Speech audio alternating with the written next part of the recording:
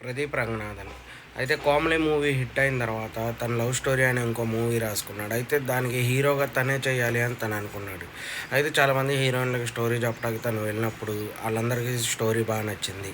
Hero ఎవరు అని అడిగేపాటికి నేనే అని చెప్పి తను చెప్పడంతో చాలామంది చాలా రీజన్‌లు చెప్పి క్యాన్సిల్ చేశారంట. అయితే తనకప్పుడే అర్థమైందంట. తను హీరో అని అన్నాడు కాబట్టే వాళ్ళు మూవీ రిజెక్ట్ చేశారు అని. కానీ తను తిరుగుతానే ఉన్నాడు. ఎవరో ఒకళ్ళు దొరుకుతారు అని స్టోరీ అందరికీ చాలామంది హీరోయిన్‌లకి చెప్తూనే ఉన్నాడు. చివరికి 'ఇవానా' గారికి స్టోరీ నచ్చింది. స్టోరీ నచ్చిన తర్వాత సినిమా గూడా ఎంత పెద్ద హిట్ అయిందో తెలుగులో హిట్ అయింది. అదే రకంగా మళ్ళీ అటు తమిళ్‌లో గూడా హిట్ అయింది. ఆ తర్వాత 'అనుపమ పరమేశ్వరన్' గారితో 'డ్రాగన్' మూవీ చేస్తున్నాడు. ఆ మూవీ గూడా సేమ్ అంతే.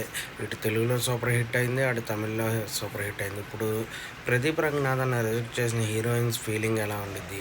ఆళ్ళు అనవసరంగా మనం రిజెక్ట్ చేశామే, ప్రదీప్‌తో సినిమా చేయాల్సింది అని వాళ్ళు అనుకునేలా చేశాడు ప్రదీప్.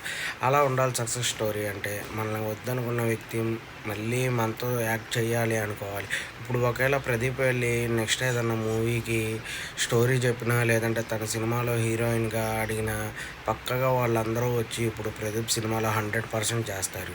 ఏది ఎందుకంటే వరుస హిట్‌లతో ఉన్నాడు ప్రదీప్. ఇది అందరికీ తెలిసిన విషయమే. ఇంకా వరుసగా తెలుగులో ఇంకా 2 మూవీస్ వస్తున్నాయి. అంటే తెలుగులో వస్తాయి, అయి తమిళ్‌లో వస్తాయి. 2 చోట్ల హిట్ అవుతున్నాయి కాబట్టి ఈక్వల్‌గా